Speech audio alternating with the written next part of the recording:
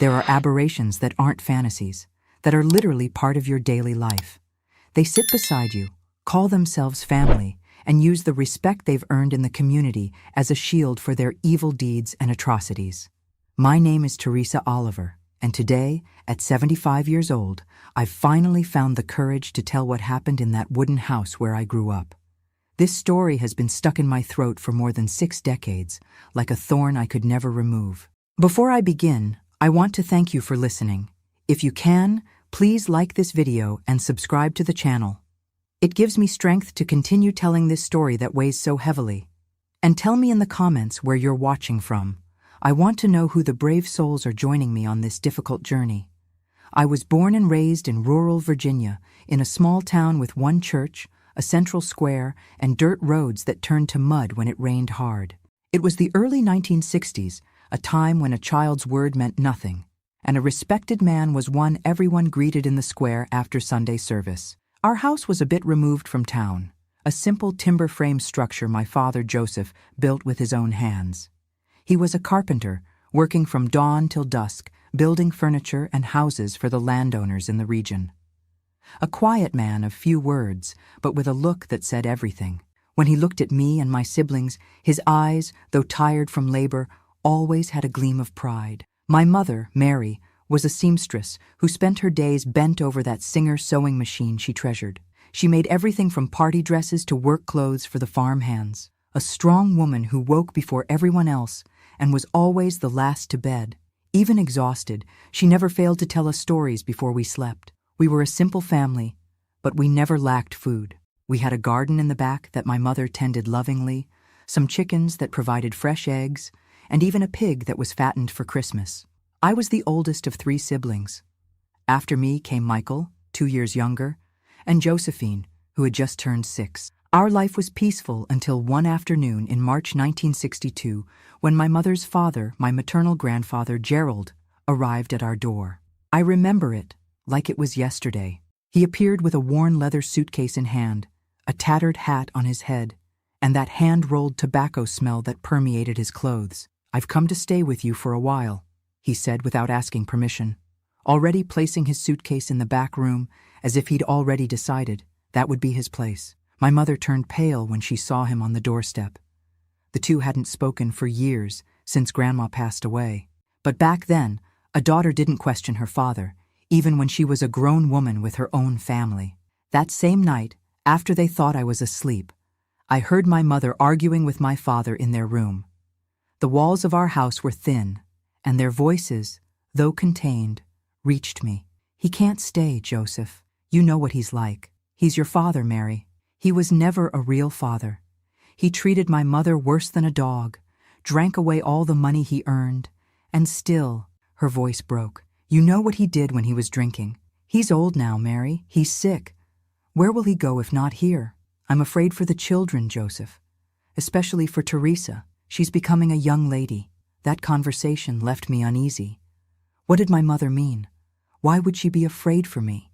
At that age, I still didn't understand certain things, but something inside me, an instinct perhaps, already warned me that my grandfather's arrival wasn't good news. In the first few days, Grandpa Gerald behaved himself. He spent most of his time sitting in the rocking chair on the porch, smoking his hand-rolled cigarettes and observing the movement with those small, sharp eyes that seemed to see through people. Sometimes he caught me looking at him and smiled in a way that gave me chills. He was a man of medium height, but seemed to occupy more space than he really had. His hands were large and rough, with yellowed fingernails from tobacco. He had a grayish mustache, always poorly trimmed, and a hoarse laugh that sounded more like a growl. My mother avoided being alone with him. I noticed this in the first few days. She always found an excuse to take me along when she needed to serve him food or bring clean clothes, and she instructed me never, under any circumstances, to be alone with Grandpa. "He's sick, Teresa," she would say, without explaining what illness it was. "He can't be trusted." Time passed, and my grandfather's behavior began to change. At first, it was small things, a complaint about the food, cursing when someone made noise while he was trying to sleep. Then came the drinking. He hid bottles of moonshine under his bed, thinking no one knew, but the smell gave him away. When he drank, he transformed. His eyes would turn red, his tongue sharper. He'd start telling inappropriate stories during dinner, make comments about my mother's body, look at me in a way that made me want to disappear. My father, always so patient, began to lose his temper. "Respect this house, Gerald," he would say firmly. "We have children here." Grandpa would just laugh in that mocking way. "You think you're in charge of something, Joseph? Mary is my daughter before she's your wife." These arguments became more frequent. The tension in our house was palpable, like we were living on a powder keg about to explode. My father, always so calm and controlled, now came home with tense shoulders, watchful eyes. On a particularly hot summer night, what my mother feared most occurred. It was January 1963. I remember well because it was shortly before my 13th birthday. My father had gone to the neighboring town to pick up lumber for a special order. My mother took advantage to go with him and do some shopping that she couldn't do in our town. They left my grandfather in charge of the house and us children, despite my mother's evident reluctance. "I'll be back before dark," she promised, hugging me tightly before leaving. "Take care of your siblings and don't listen to your grandfather." Michael and Josephine were playing in the backyard that afternoon. I was in the kitchen preparing a cake following a recipe my mother had taught me. It was a way to distract myself and to show my mother when she returned that I could help more around the house. I didn't notice when my grandfather entered the kitchen. I only felt when he approached from behind, his smell of cigarettes and moonshine invading my nostrils before his hands even touched my shoulders. "How pretty you look, Teresa," he said with that pastiness of drunks. "You're turning into a little woman." I tried to move away, remembering my mother's warnings, but he held my arm firmly. "Where do you think you're going?" "I'm just talking with my favorite granddaughter." His hot, sour breath was getting closer to my face. I felt my heart race with fear. At that moment, I knew what my mother had feared so much. "I need to check on my siblings. I'm going," I tried to say, but my voice came out weak, trembling. "They're fine out there," he responded, his rough hand now sliding up my arm in a way that made me nauseous. "Come here. I want to show you something in my room." I felt a panic I had never felt before. I knew deep in my soul that I shouldn't go with him to that back room, that I should run, scream, do anything but stay there.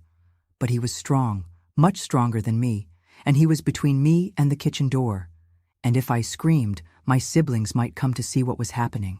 And something told me I didn't want them to witness whatever was about to happen.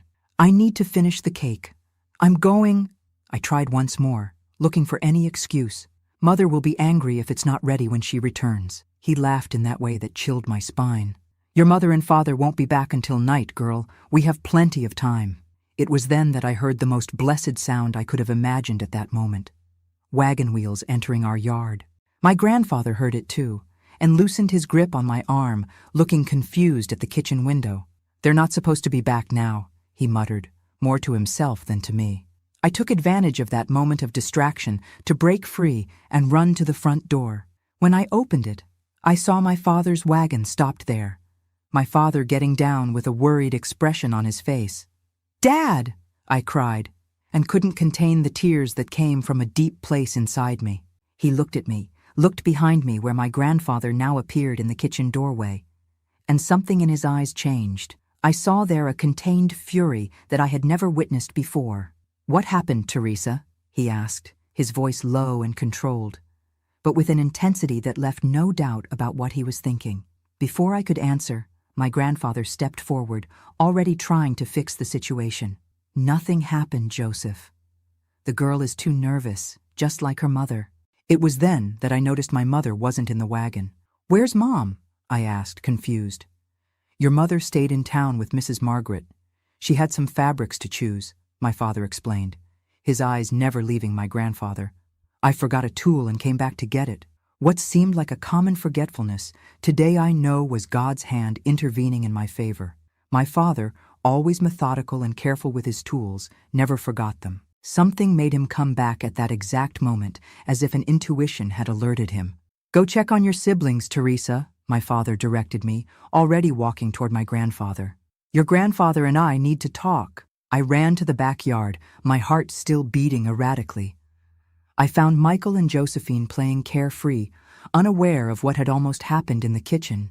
I kept them there, inventing games to distract them, while I strained my ears to try to hear what was happening inside the house. The voices were muffled by the distance, but I could feel that the conversation was tense. At one point, I heard something breaking, maybe a plate or a glass, followed by a heavy silence. Only much later, when I was already an adult, did my mother tell me what happened in that kitchen. My father, that man of few words but unshakable principles, confronted my grandfather about what he had witnessed, or almost witnessed. My grandfather, already drunk and arrogant as always, made the mistake of suggesting that I, a girl of almost 13, was provoking him. That was the last straw. My father, who had never raised his hand to anyone, saw red at that sordid accusation. The argument escalated quickly, and when my grandfather tried to come at him, my father reacted in self-defense. There were no screams, no scandal. When I returned to the kitchen some time later, everything seemed normal, except for my grandfather's absence. "Where's Grandpa?" I asked, confused. "Your grandfather had to leave," my father answered simply, washing his hands in the kitchen sink. I noticed that his knuckles were red, but I didn't comment. "He's not going to live with us anymore." When my mother returned at the end of that afternoon, she and my father had a long, closed-door conversation. I didn't hear what they said, but when they came out of the room, my mother had eyes red from crying, and my father was embracing her with silent tenderness. That night, she came to my bed and sat on the edge. "Did something happen with your grandfather today, daughter?" she asked, her voice trembling slightly. I told her, with the hesitant words of a child, what had happened in the kitchen. How he had held me, the things he had said, the fear I felt. She listened to everything in silence, silent tears streaming down her face. When I finished, she hugged me for a long time. "Forgive me, daughter," she whispered. "I should have protected you better. I should have prevented him from staying here." "It's not your fault, Mom," I replied, feeling that somehow the roles had reversed in that moment. I, still a child, consoling my adult mother. "Your father took care of everything," she said finally, wiping away her tears. "Your grandfather will never again set foot in this house, never again hurt anyone in our family." As a child at that time, I accepted that explanation without questioning too much. I was relieved to know that my grandfather had gone, that the shadow he cast over our house had dissipated. It was only many years later, already an adult, that I began to piece together what really happened that January afternoon in 1963. The sudden absence of my grandfather, the different behavior of my parents in the weeks that followed, the glances exchanged between them when someone asked about Gerald, and especially the unexpected trip we took shortly afterward to the other side of the state, where we ended up restarting our lives in a town where no one knew us. The shadow of my grandfather Gerald never again darkened our house. But what happened that afternoon marked our family forever, in ways that I only fully understood when I had my own children to protect. After that incident in the kitchen, our family entered a state of silent alertness that only those who have experienced something similar can understand. It was as if we were all walking on eggshells, measuring words, exchanging glances, loaded with meanings that a girl of almost 13 couldn't fully decipher. In the weeks following my grandfather's sudden departure, I noticed subtle changes in my parents' behavior. Mom, always so strong and decisive, now startled at any unexpected noise. At night, I would hear her cry softly in the bedroom when she thought we were all asleep. Dad, in turn, began to arrive earlier from the carpentry shop, locked the doors and windows as soon as the sun set, and made rounds of the house before going to bed. It was February 1963, and the suffocating heat of that summer seemed to amplify the tension hanging over us. The windows that used to stay open to catch any breeze now remained closed, increasing the stuffiness inside the house. "It's better this way, Teresa," Mom would explain when I complained. "We don't want anyone looking into our lives." One morning, I was hanging clothes on the line in the back when I heard raised voices coming from the kitchen. I approached stealthily to the window to listen to the conversation, a practice I had perfected since my grandfather arrived at our house. "The sheriff was at the store yesterday, Mary." My father's voice sounded worried. "Asked questions about Gerald. Someone noticed his absence." "And what did you say?" my mother asked, her voice almost gone. "That he decided to return to Richmond to live with Tommy, his brother. But my brother doesn't even know my father was here. If the sheriff decides to investigate, "He won't investigate," my father interrupted firmly. "Who's going to care about an old drunk who disappeared? He wasn't even from here." Those words danced in my head. He won't investigate. But then why all this worry? The apprehensive looks, the whispered conversations, the locked doors. It was on this same day that I saw Mom burning my grandfather's clothes in the backyard, clothes he had left behind when he departed. A shabby suit jacket, 2 yellowed shirts, a pair of pants with patches on the knees. She threw the pieces one by one into the small fire she had lit, watching them twist in the flames with an expression that mixed relief and anguish. "Why are you burning Grandpa's things, Mom?" I asked, stopping beside her. She startled, as if my presence had yanked her from a deep trance. "These clothes are too old to donate, Teresa, and your grandfather won't need them where he is now." There was something in the way she said those words that sent a chill through me. "Where is he?" I insisted. Mom remained silent for a moment, her eyes fixed on the flames that devoured the last vestige of my grandfather's presence. "In a place where he can no longer hurt anyone," she finally answered. In the days that followed, I tried to act normally. I continued helping with household chores, taking care of my siblings, attending school when possible, but I felt a weight in my stomach, a restlessness I couldn't name. My mother's words echoed in my head. "In a place where he can no longer hurt anyone." One afternoon, as I was returning from school with Michael, we passed by Mr. Jenkins's store, the only commerce in our small town. Some men were gathered on the porch, talking in low voices, but fell silent when they saw us approaching. "Those are Joseph the carpenter's children," one of them commented, thinking we couldn't hear. "The son-in-law of that old man who disappeared. They say he returned to his homeland." Another responded, "But Muddy Joe swears he saw Joseph digging a big hole in the back of his property that same night the old man disappeared." "Shut up, Sebastian," a third man reprimanded him. "There are children listening."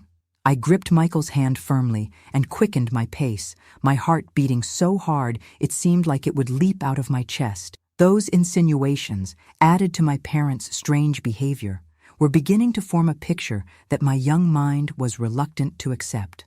That night, when everyone was already sleeping, I sneaked out to the backyard. The full moon illuminated the terrain with an almost supernatural clarity, allowing me to see the path without needing a lantern. I headed towards the back of the property, where the small orange grove my father cultivated with such pride was located. It was there that we had buried our dog, Toto, when he died run over the previous year. And it was there that I noticed something different. An area where the earth seemed to have been recently disturbed, now covered with dry leaves carefully arranged to disguise the disturbance. I stood there, staring at that piece of ground, a chill running up my spine. "Teresa!" My father's voice cut through the night silence, making me jump with fright. He was standing a few meters away, his expression illegible under the silvery light of the moon. "What are you doing out here at this hour?" I couldn't sleep," I stammered, suddenly aware of how suspicious that situation seemed. My father approached slowly, his eyes alternating between me and the disturbed piece of earth I was observing. When he got close enough, he put his hand on my shoulder. "What do you think happened to your grandfather, Teresa?" he asked with a gentleness that contrasted with the evident tension in his face. The question caught me off guard. I swallowed hard, uncertain of how to respond. Part of me wanted to lie, to say I believed the story about the trip to Richmond, but something in my father's eyes, a vulnerability I had never seen before, made me opt for the truth. "I think he didn't really leave," I replied, my voice almost disappearing. "I think he's there." I pointed to the piece of earth. My father remained silent for a long moment, as if pondering how much he could or should tell me. Finally, he let out a heavy sigh and squeezed my shoulder harder. "Come with me," he said, guiding me back to the house. Instead of taking me inside, we sat on the porch steps. The night was warm, and the crickets sang in the nearby bushes. My father lit a hand-rolled cigarette, something he rarely did, and took a long drag before he began to speak. "There are things that happen in families that we prefer not to talk about, Teresa. Things that are better buried." He paused, looking at the small embers of the cigarette. "Your grandfather wasn't a good man. He hurt many people throughout his life. Your grandmother, your mother, and he almost hurt you." I nodded in silence, my eyes fixed on my hands clasped in my lap. That day, he continued, when I returned and saw the way you were, the way he was looking at you, something inside me broke. We always knew what he was capable of, but your mother insisted on giving him a chance. She always had that kindness that sometimes borders on foolishness. What happened in the kitchen after you sent me out? I asked, gathering courage. My father took another drag, his gaze lost in the shadows of the yard. We argued. He said things, horrible things about you, about your mother. Things a man can't hear about his family and stand still. He tried to hit me with a moonshine bottle. I defended myself. A heavy silence fell between us, loaded with unspoken meanings. It was an accident, my father finally said. But there was something in his voice that made me doubt. He fell and hit his head on the corner of the stove. When I saw that he wasn't moving anymore, I knew it was over. I absorbed those words, trying to reconcile the image of my father, always so correct, so fair, with the idea that he had taken a life, even if accidentally. Your mother returned soon after, he continued. I told her everything. I thought she would be horrified, that she would report me. But you know what she did? I shook my head, unable to imagine my mother's reaction to such a revelation. She said, Joseph, you did what needed to be done. He won't hurt anyone in our family anymore. My father gave a small, sad smile, and then she helped me clean everything up. Together we decided what to do.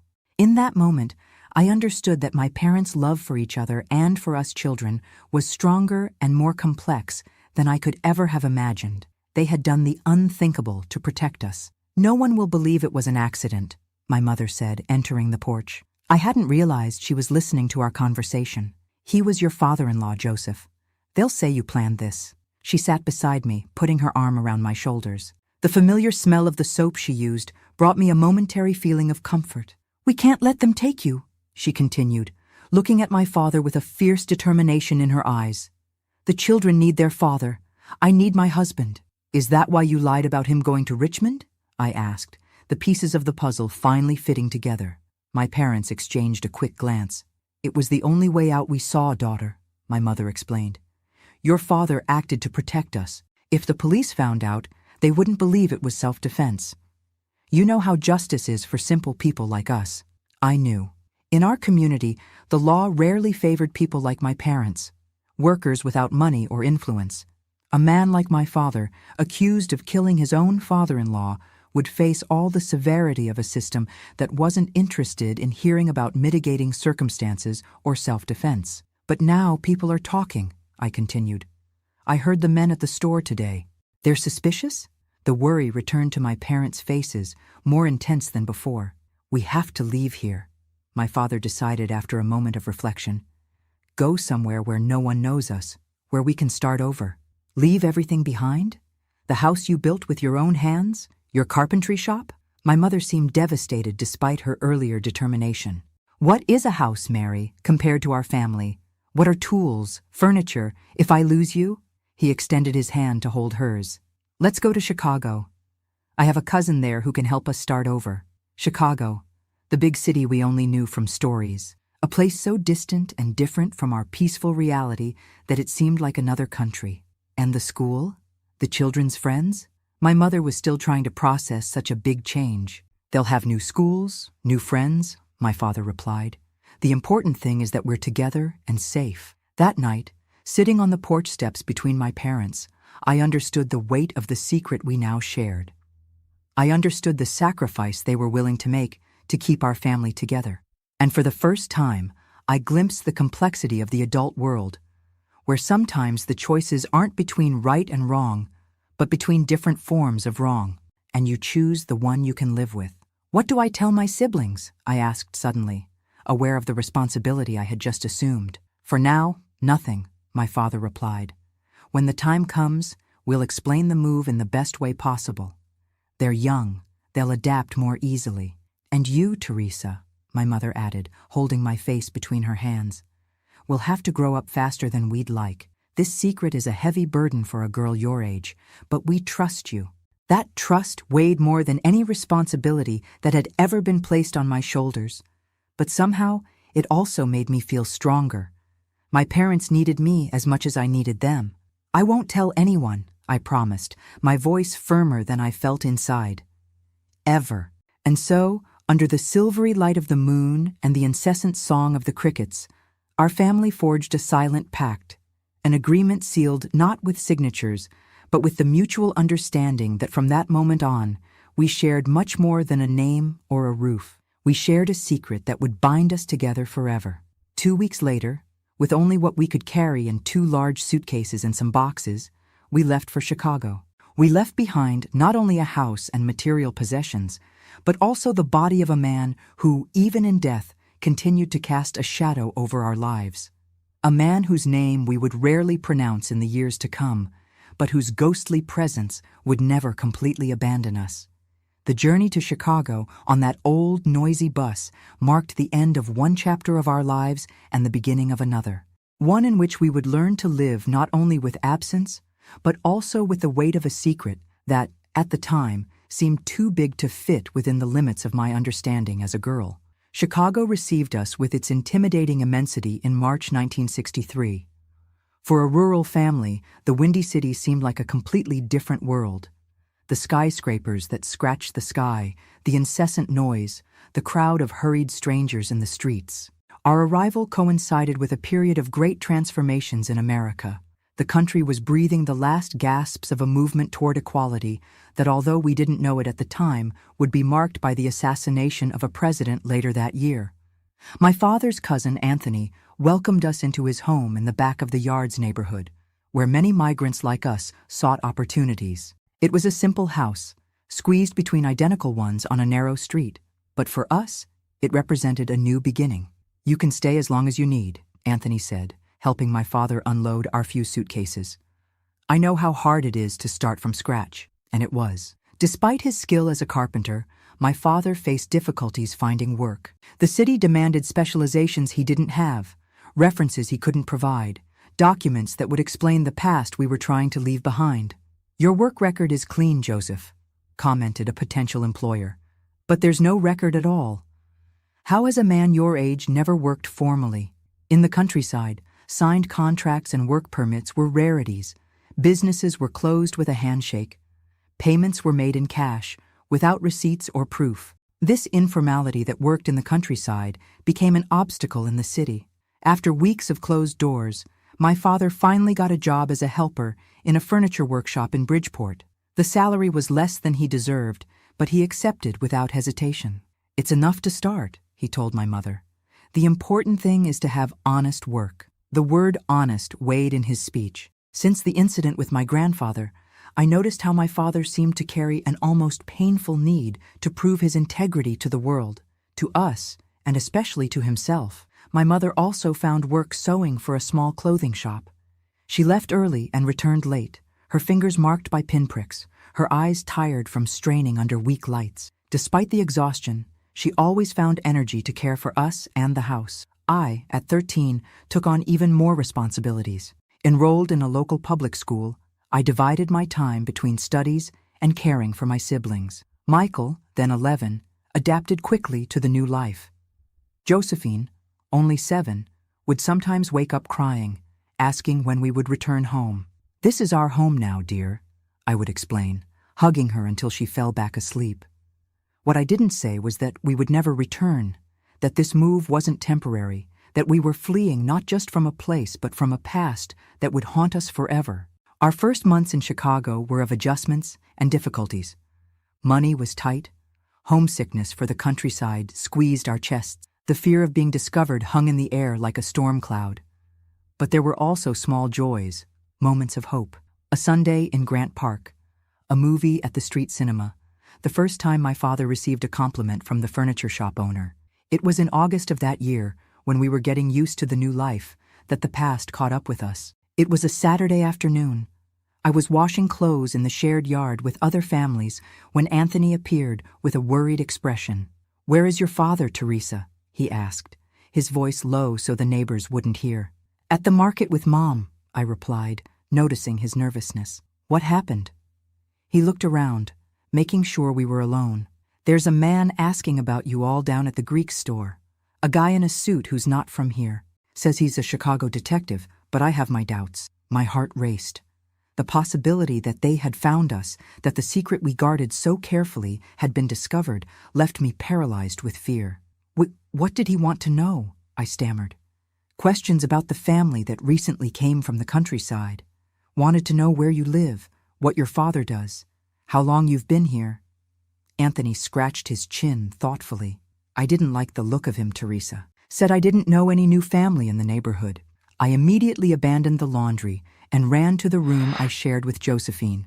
Under the thin mattress, I kept a crumpled piece of paper with the address of a man named Jenkins. Not the store owner from our town, but a friend of my father's in Richmond who promised to help us if we ever needed. Are you going out, Teresa? Michael asked, appearing at the room door while I tucked the paper into my dress pocket. I need to find Dad and Mom at the market, I replied, trying to keep my voice calm. Stay with Josephine. Don't let her leave until I get back. I ran through the narrow streets of back of the yards, bumping into people, apologizing without stopping to hear responses. The market was 6 blocks away, and the noise of vendors announcing their merchandise guided me there. I found my parents at the vegetable stand, Mom examining tomatoes while Dad held a bag already half full. The scene was so common, so normal, that for an instant I hesitated to break that moment of peace with more news. Dad, I called, approaching breathlessly. I need to talk to you now. Something in my tone must have communicated the urgency, because my father immediately handed the bag to my mother and led me away from the crowd. I told him about the man searching for us, repeating Anthony's words exactly. My father's face paled. Are you sure he said he was a detective, Teresa? That's what Anthony said, but he thinks the man was lying. My parents exchanged glances. There was a silent communication between them, developed over the years, that I still couldn't fully decipher. We're not going back home right now, my father decided. Let's go to the church. No one will look for us there on a Saturday afternoon. St. Joseph's Church, a few blocks away, offered the refuge we needed. We sat in one of the last pews, pretending to pray while discussing our situation in whispers. It could just be a coincidence, my mother suggested, though her tone didn't carry much conviction. Maybe he really is a detective doing some kind of neighborhood survey. I don't believe in coincidences, Mary, my father replied, running his hand over his tired face.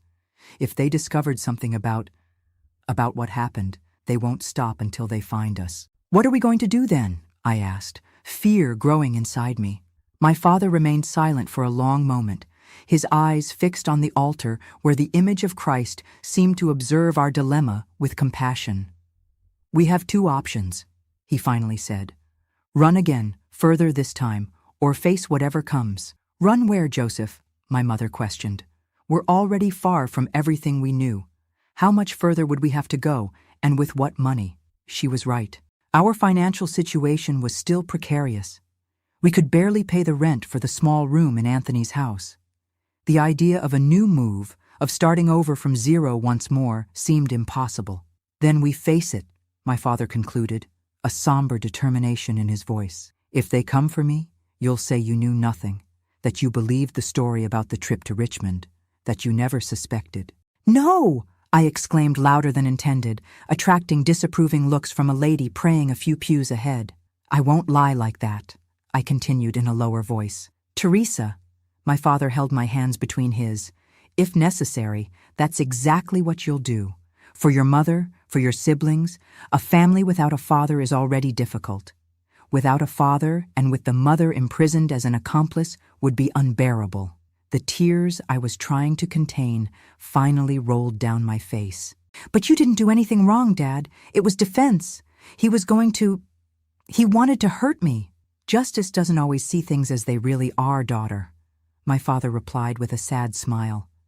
Especially for people like us. We left the church when the sun was already setting, spreading orange tones across the Chicago sky.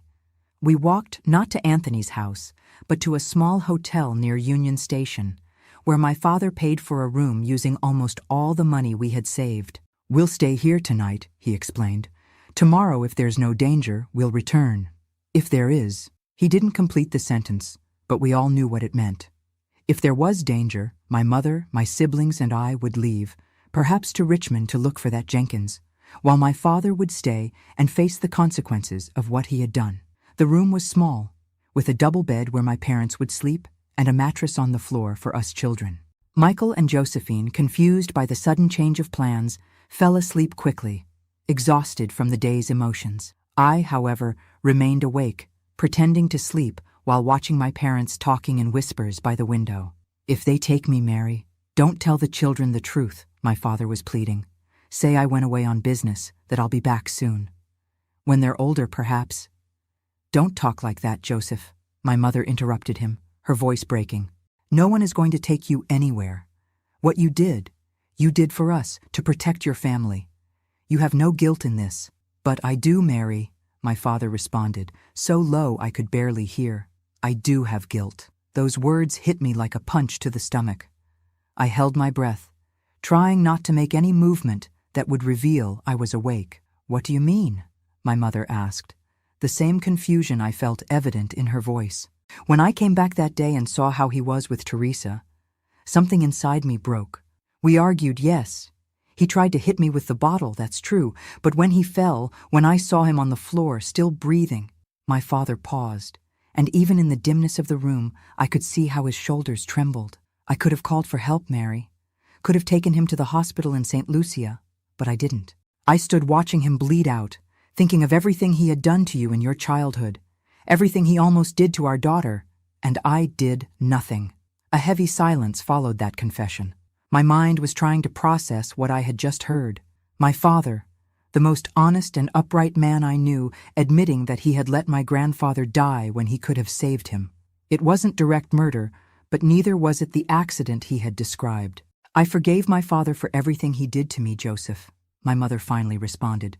"I forgave because I thought it was the right thing to do, that God expected this from me. But you know what I learned? That forgiveness is not the same as giving new opportunities for someone to hurt you. That sometimes protecting those we love requires difficult decisions." She held my father's face between her hands. "What you did or didn't do doesn't change who you are to me, to our children. You're a good man, Joseph. A man who would do anything to protect his family. And for that, I love you even more." My father lowered his head, tears now freely running down his face. "I don't deserve you, Mary." "Yes, you do," she responded firmly. "We deserve each other, and we'll overcome this together, as we've always done." I closed my eyes, pretending to sleep when they looked in our direction. That revelation changed everything, and at the same time, nothing. My father had allowed a man to die, but he had done it to protect us. It was wrong, but understandable. It was condemnable, but also, in some way, just. The next morning, we woke to knocking at the door. My father, who had probably barely slept, answered cautiously. It was Anthony. "False alarm, buddy," he said, entering the small room. "The man wasn't specifically looking for you. He's investigating a scam that's been happening with newly arrived migrants in the city. Already caught 3 families in the neighborhood." The relief we felt was so great that my mother sat down on the bed, her legs weak. My father hugged Anthony tightly, thanking him repeatedly. "How did you find out?" I asked, still suspicious after everything I had heard the night before. "The Greek told me this morning. The man came back to the store and explained better what he was looking for. Some crook has been posing as an employment agent, promising work to newcomers, collects an advance fee, and disappears with the money." We returned to Anthony's house that same morning, an enormous weight lifted from our shoulders. The ghost of the past that seemed to have caught up with us was in fact just a coincidence, a false alarm. But that episode, and especially the confession I heard my father make to my mother, changed something in me.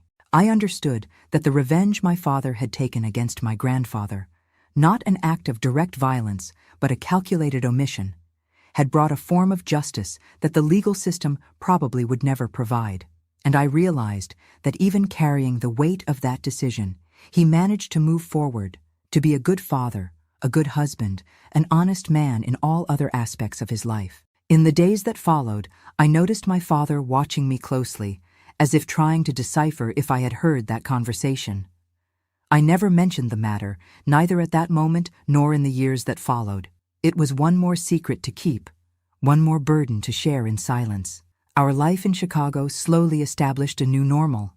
My father, with his undeniable talent, was soon promoted from helper to lead carpenter. My mother managed to set up a small sewing studio in the back of the house we rented when we could finally leave the shared housing with Anthony. I finished basic studies and, encouraged by my parents, who always valued education, continued until I graduated as a teacher.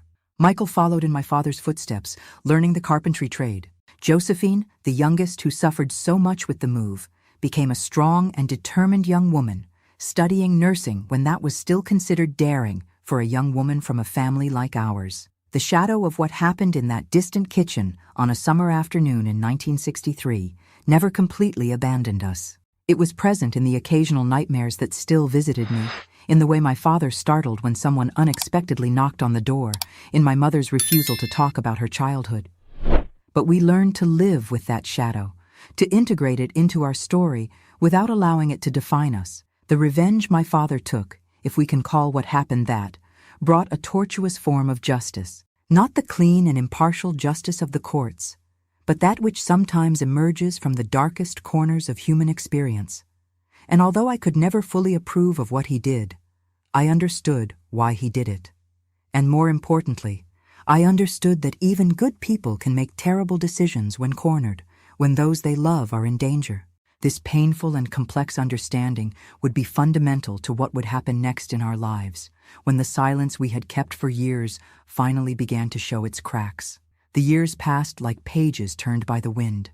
The 1960s gave way to the 70s, bringing with them profound transformations in America and in our family. While the country lived through the Vietnam War and social changes, we were building our new identity in Chicago.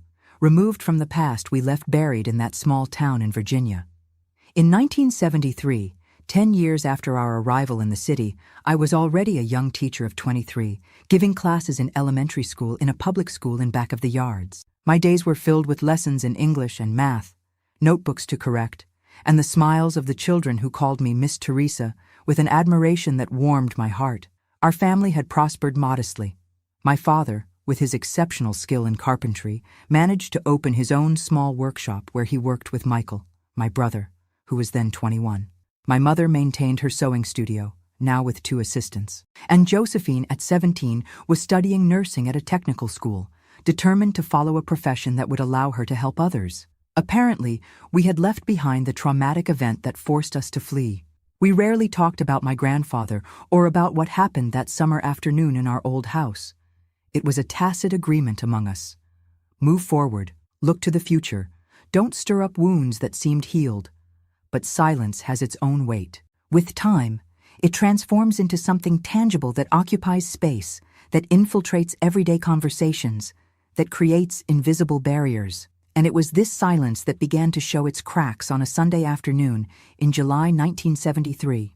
We were all gathered for Sunday lunch, a tradition we maintained religiously. The plentiful table, the animated conversations, the radio playing softly, Johnny Cash in the background, a scene of family normality that we so cherished. It was then that Josephine, always the most direct among us, brought up the subject we had been avoiding for so long. "Dad," she began, placing her fork beside her plate, "why do we never visit our town? Why don't we have contact with anyone from there?" A heavy silence fell over the table. My father, now with gray hair at his temples, exchanged a quick glance with my mother. "There's nothing there to visit, Josephine," he replied after a moment, his voice deliberately casual. "But it was our land," she insisted. "I have vague memories of the house, of the backyard with the orange trees. I remember the school, the little friends. Why did we leave there so suddenly? Why do we never talk about it?" Michael, who normally stayed away from difficult conversations, surprisingly entered the discussion. "I wonder about that too sometimes. I have flashes of memory. The river where we fished, the fields where we ran. It was a good life. Why did we leave everything behind?" My parents exchanged another look, longer this time. I saw the conflict in my father's eyes, the desire to protect his children from the truth, fighting against the recognition that they deserved to know. "It was a difficult decision," my mother intervened, trying to ease the tension. "But Chicago offered better opportunities for all of you. Look where we've come. Teresa a teacher, Michael with talent for carpentry, you studying nursing. That wouldn't be possible there. There's something more, isn't there? Josephine continued, her perceptive eyes fixed on my parents' tense faces. Whenever we touch on this subject, you change the conversation. It's as if there's a ghost sitting at the table with us. I swallowed hard, feeling the weight of that secret I had carried for so many years. I knew the truth, or at least part of it. Since that night in the cheap hotel near Union Station when I heard my father's confession. But I had respected the silent pact of our family, never revealing what I knew. Josephine, my father finally spoke, his voice lower than normal. There are things from the past that are better left in peace. Why? She insisted, determination shining in her young eyes. What can be so terrible that we can never talk about it? We're a family. Families shouldn't have secrets like this. A bitter laugh escaped my father's lips, surprising everyone. Families are built on secrets, daughter.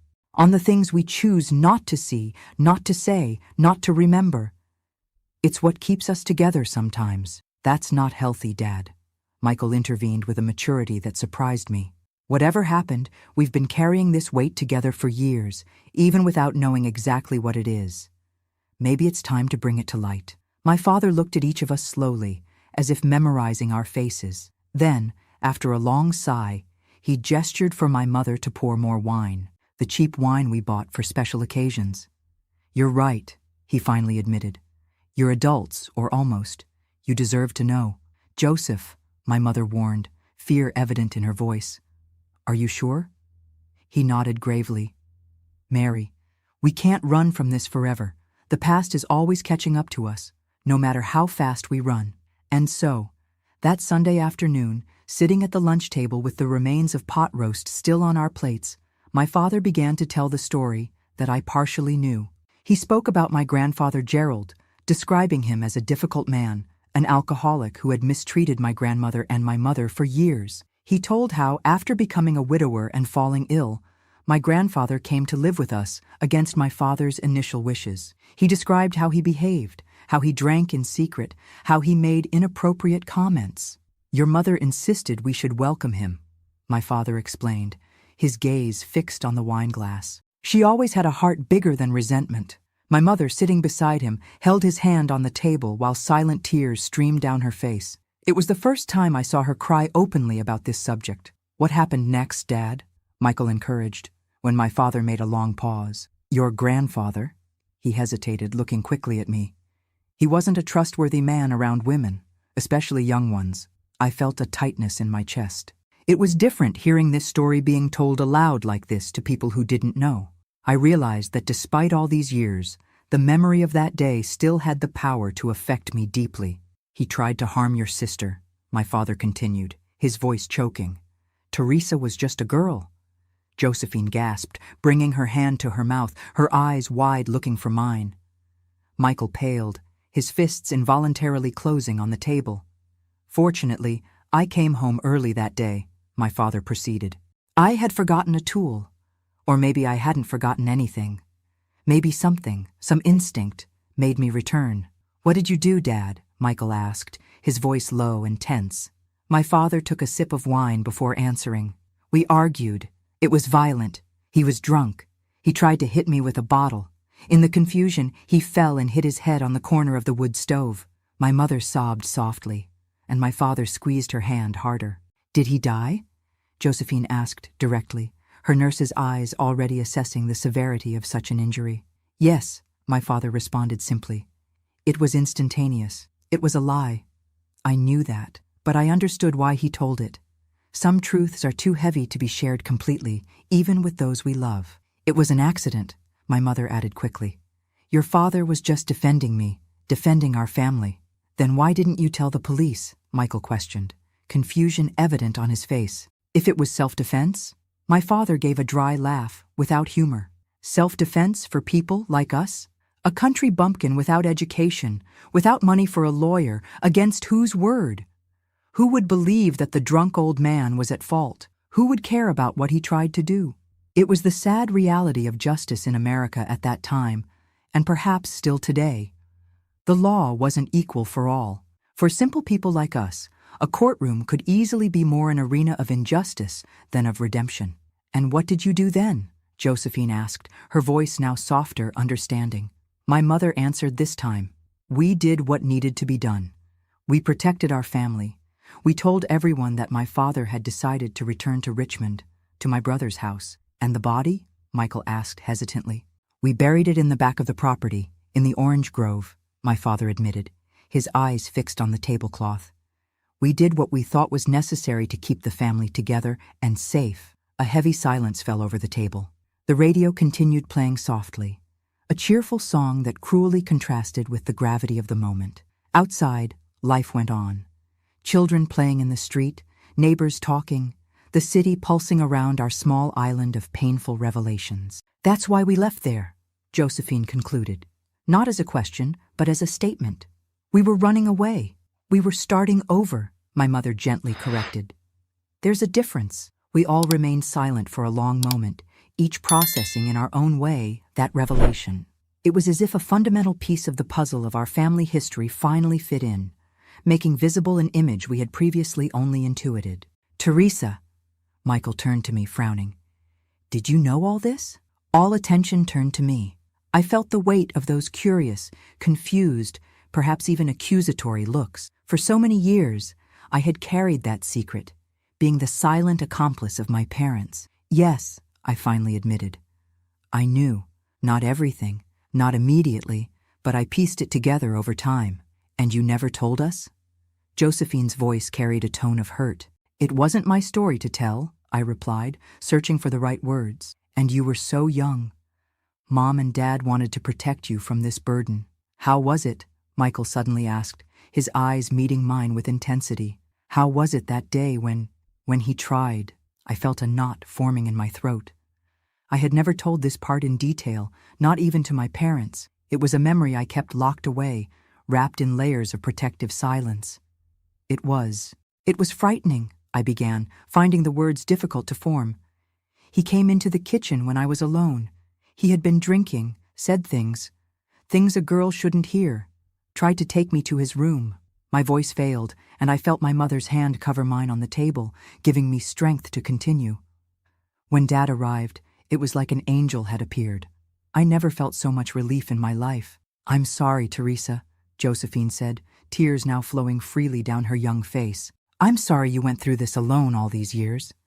"I wasn't alone," I replied, looking at my parents. "I never was." Michael, always the most reserved of us, got up abruptly and walked around the table. To my surprise, he hugged our father tightly. A man-to-man embrace, loaded with a new understanding. "Thank you for protecting our family, Dad," he said, his voice breaking. "I don't know if I would have had the same courage." My father, visibly moved, returned the embrace tightly. "Any father would have done the same, son." When Michael stepped away, Josephine also stood up and hugged first me, then our parents. It was as if that revealed secret, instead of separating us, had created a new kind of union between us, more honest, deeper. "Does this change anything?" my mother asked anxiously when we all sat back down. Do you see us differently now?" "I only see more clearly who you've always been," Josephine replied, with a wisdom beyond her years. "Parents who would do anything to protect their children." "But there's one thing I don't understand," Michael commented, frowning. "If it was so long ago, and if it was justified as it seems, why are we still hiding this? Who could harm us now?" My father sighed deeply. "It's not that simple, son. The law has deadlines, prescriptions, and all that. But a case like this, involving a hidden body, I don't know if we'll ever be truly free of it. Besides," my mother added, "it's not just the law that concerns us, it's the judgment. People talk, invent stories, and even if they understood, we would still be that family. Can you imagine how that would affect your lives, your jobs, your futures?" It was true. In 1970s America, a story like this could destroy reputations, close doors, create impossible stigmas to overcome.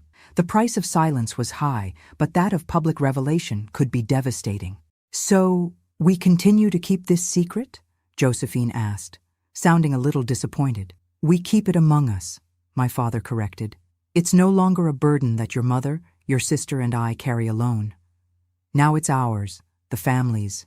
And perhaps it's lighter this way, shared. That afternoon marked a profound transformation in our family dynamics. The silence that had accompanied us for years didn't completely disappear. There were still subjects we avoided. There was still caution when we talked about the past in the presence of strangers. But among us, the invisible barriers that the secret had erected began to dissolve. In the weeks and months that followed, I noticed subtle changes in each one. Michael became more protective, especially of me, as if trying to compensate for not having been able to defend me when we were children. Josephine, with her training in nursing, began to study trauma psychology, seeking to better understand the marks that experiences like mine leave. My father seemed to age and rejuvenate at the same time.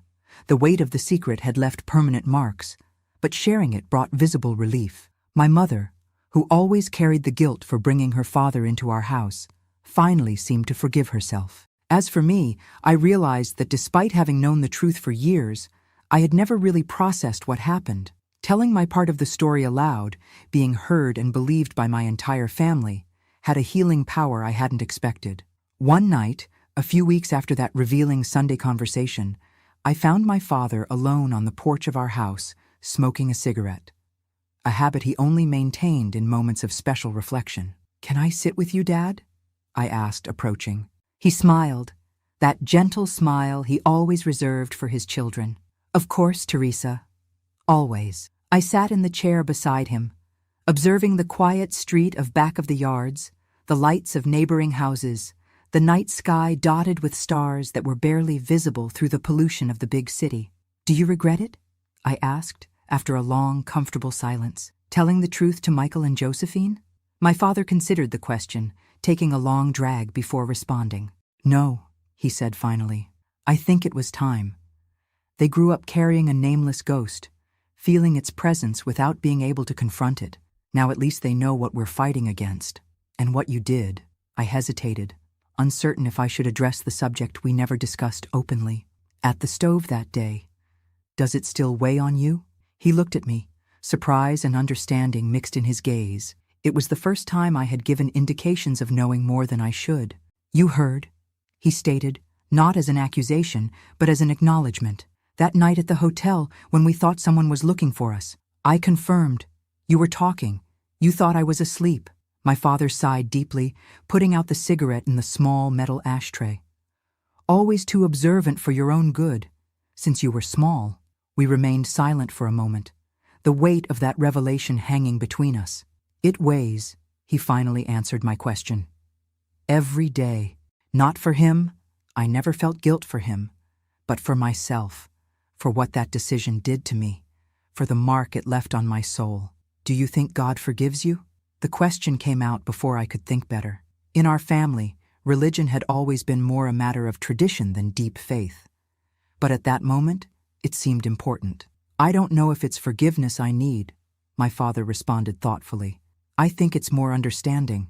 And if there's anyone who understands the motives of the human heart, it must be God." He turned to me, his eyes meeting mine in the dimness of the porch.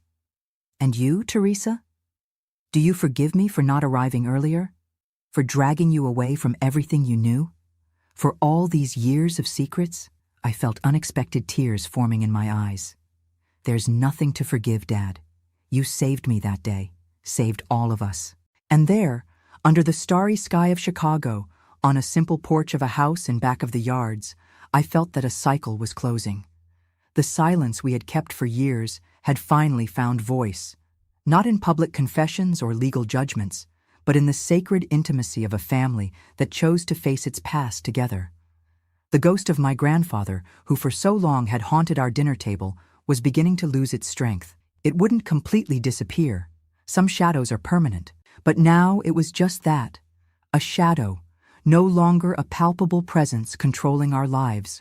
As America slowly walked toward a political aperture that promised more freedom, our small family also found its own process of aperture and redemption. And in that moment, with my father's hand holding mine, I knew that regardless of what the future held, we would face it together, without more secrets, without more silences, the peace we finally found. The years unfolded like a patchwork quilt after that porch conversation. some dark pieces, others bright, all sewn by the same thread of truth that now united our family. America of the 70s was changing slowly, and we changed with it, each in their own way. In 1975, 2 years after we revealed our family secret to Michael and Josephine, my life took an unexpected turn. I had dedicated myself so much to my teaching career, to my students, and to my family that I almost didn't notice when love knocked at my door in the figure of Anthony, the new principal of the school where I taught. He was a quiet man, a widower with gentle eyes that seemed to see beyond appearances. We started by talking about teaching methods and pedagogical plans, but soon our conversations extended to books, music, dreams, and eventually to the scars we carried. "We all have stories we don't tell at first," he told me one afternoon as we walked through Millennium Park after a teachers' meeting. "I can see that you carry one." In another time, I would have retreated from this observation. I would have erected walls, changed the subject, created distance. The trauma of my adolescence had taught me to distrust male curiosity, to interpret any interest as potentially dangerous. But something about Anthony, perhaps the respectful way he maintained distance or how he never pressed for answers, made me trust him. After months of growing friendship, I told him my story. Not all at once, not in excessive detail, but little by little, testing his reaction to each new revelation. "Your family did what they needed to do to survive," was his only comment when I finished the narrative, without judgment in his voice, only understanding. In certain situations, there are no perfect choices, only the possible ones. We married in a simple ceremony in January 1976. My father, then 56, walked me down the aisle with a pride he could barely contain. I remember looking at him at that moment and thinking of everything he had sacrificed to protect me, to ensure that I reached that point, not only alive, but capable of loving and being loved. My mother cried throughout the ceremony, those silent tears that only mothers know how to shed, where joy and melancholy mix in proportions impossible to distinguish. Michael, already married and with a small child, was radiant beside his wife. Josephine, who had completed her nursing training and was now studying psychology, was my maid of honor. We were an ordinary family in the eyes of the guests, honest workers, united. No one could imagine the secret we shared, the silent pact that had strengthened our bonds in ways that ordinary families rarely experience. The following years were of relative tranquility. Anthony and I bought a small house in the Lincoln Square neighborhood, a bit further from the center, with a yard where we planted a mulberry tree and roses that reminded me of the ones my mother cultivated in our house in the countryside. We didn't have children, a conscious decision on my part, motivated perhaps by the unconscious fear of not knowing how to protect them in a world that I had discovered to be dangerous at a very early age. In 1979, when the country was still processing Nixon's resignation and recovering from Vietnam, my father expressed a melancholy curiosity. "I wonder if there's a statute of limitations for what I did," he asked during a Sunday lunch, his voice low so that only our family could hear. "A general pardon for the crimes of the past. That's for people who were convicted, Dad," Michael explained gently. "For people who served their time." "I know," my father replied, a sad smile on his lips. "But it would be nice, wouldn't it? An official paper saying that it's all forgiven, that we can move forward without looking back." I realized at that moment that despite the apparent acceptance, my father had never found complete peace with his actions. The weight of that day, of that decision made in an instant of anger and protection, still curved his shoulders even when he smiled. It was in 1980, with my father's health beginning to decline due to heart problems, that we made a decision that would again change the course of our lives. For years, we had avoided any mention of our hometown, as if the simple act of pronouncing its name could conjure ghosts we preferred to keep dormant. "I want to visit our land before I die," my father announced one night, surprising us all. "I want to see what's left. I want to make peace with that place." My mother, who always supported his decisions, this time hesitated. "Joseph, don't you think it's dangerous after so long?" "Almost 20 years have passed, Mary," he argued, his voice weaker than it used to be, but still carrying that determination that always characterized him. If anyone still remembers us, they must have their own theories about why we left. And if anyone knew what happened, they would have come after us long ago. There was logic in his reasoning, but also a deeper desire that we all recognized, the yearning of an elderly man for reconciliation, not just with a place, but with his own past. Let's all go, I suggested, to my own surprise. Like a family trip to face it together, as we've always done. Michael and Josephine immediately agreed. Anthony, who had become an integral part of our family and guardian of our secret, offered to drive. Only my mother remained fearful, her eyes revealing a deep fear that words couldn't completely express. "What if he's still there?" she whispered to me when we were alone preparing food for the trip. "In the ground where we buried him?" I understood her concern. As irrational as it seemed, it was as if she feared that my grandfather's body had somehow been preserved, waiting to accuse my father, to expose our secret to the world. "Mom," I responded softly, holding her trembling hands between mine. "After so long, nothing remains but bones, and even those the earth must have reclaimed. Nature has its own cycles of forgiveness." She nodded, not entirely convinced, but willing to try. For my father, for all of us. We left on an extended weekend in July 1980. Winter in Virginia was mild compared to the cutting cold of Chicago, but enough to require warm clothing during the trip. Our small convoy, Anthony's car carrying me, my parents, and Josephine, and Michael's transporting his wife and 5-year-old son, followed the highway that led to Virginia, gradually moving away from the pollution and frantic rhythm of the city. The trip was silent, loaded with expectations and apprehensions. As we approached the region where we were born, I began to recognize elements of the landscape. The undulating hills covered with plantations, the yellow birch trees that dotted the roads, the sky of such an intense blue that it seemed unreal after years living under the gray haze of Chicago. "Everything's different," my father commented, looking out the window with a mixture of fascination and nostalgia. And at the same time, the same. It was true. The roads were now paved. Electricity poles accompanied the way. Billboards announced products that didn't even exist when we left. But the essence remained. That unique combination of earth smell, open horizons, and a rhythm of life that the big city could never replicate. When we finally arrived at our old town, it was already late afternoon. The sun was setting behind the church in the central square, bathing the simple houses with a golden light that seemed to come out of a dream. We parked near the square, and for a moment, no one had the courage to get out of the car. "So many memories," my mother murmured, her eyes watery.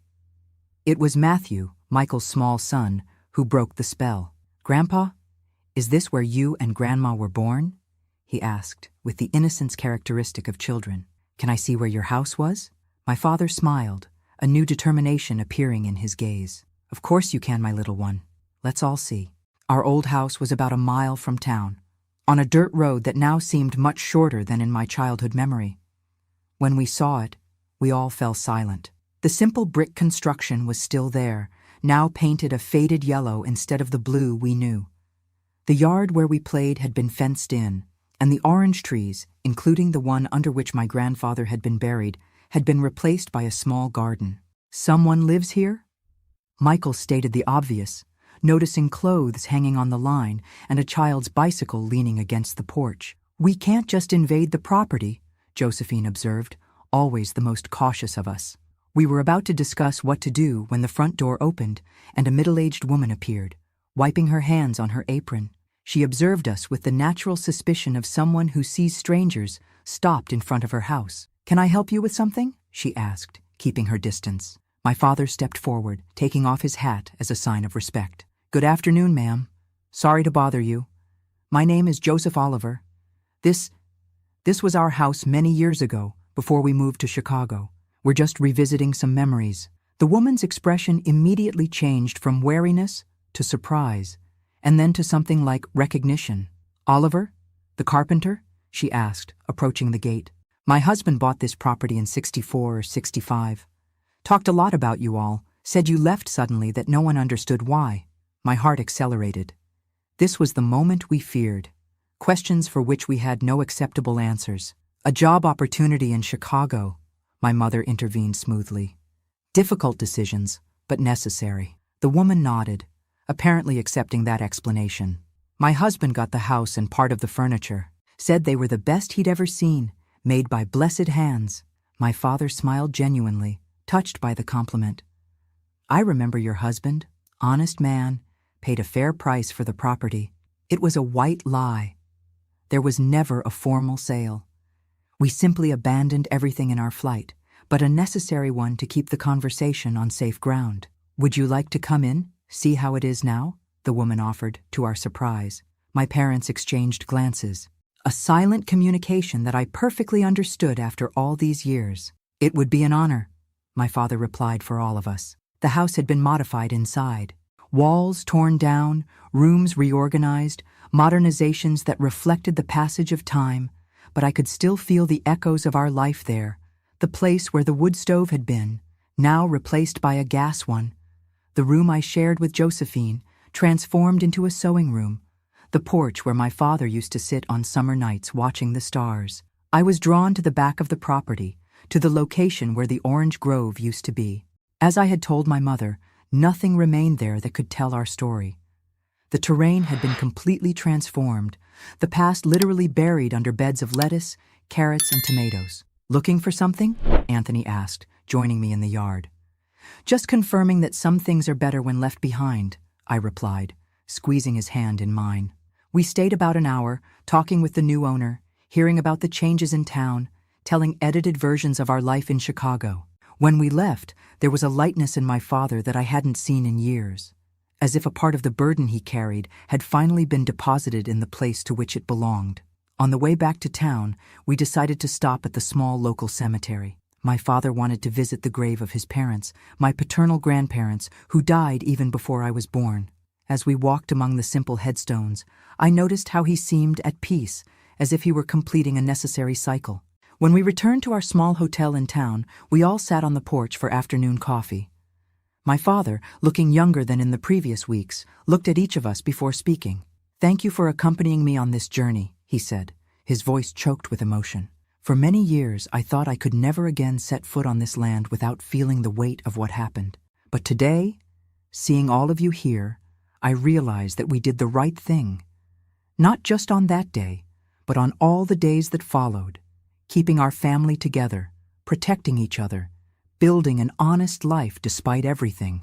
"There's nothing to thank us for, Dad," Michael replied, speaking for all of us.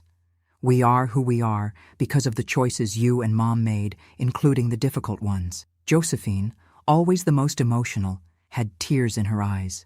This trip made me understand something important. What happened here didn't define us, at least not completely. It was just the beginning of a larger story, one we're still writing together. That night, staying in a small-town hotel, I slept better than I had in years. There were no nightmares, no startles, just a deep and restorative sleep, as if that land, which for so long I had associated only with trauma and flight, had finally offered me some kind of absolution. We returned to Chicago the next day, each carrying a renewed understanding of our shared past. For my father, the trip seemed to bring a peace that no formal confession or absolution could provide.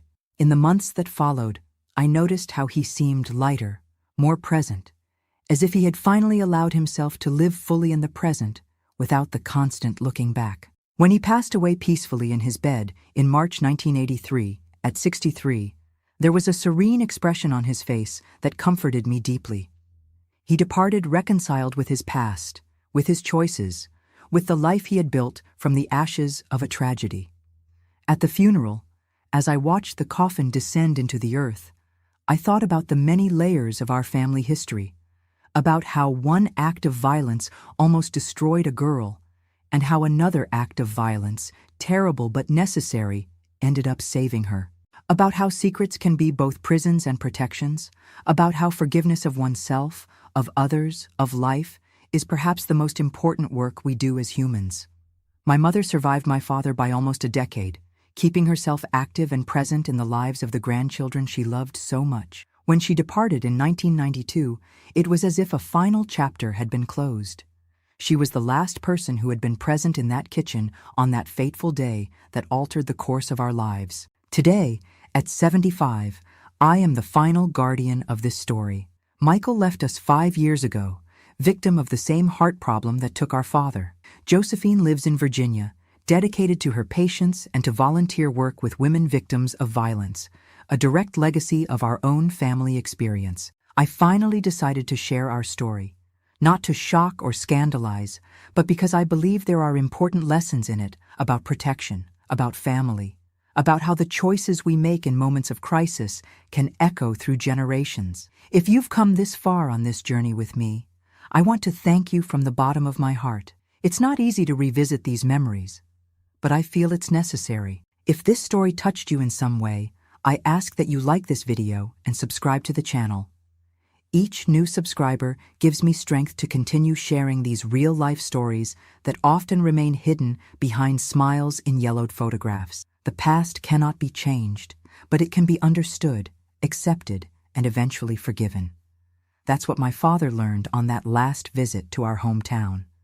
That's what my mother practiced silently every day by accepting her own father despite everything. And that's what I try to do now by sharing our story with you.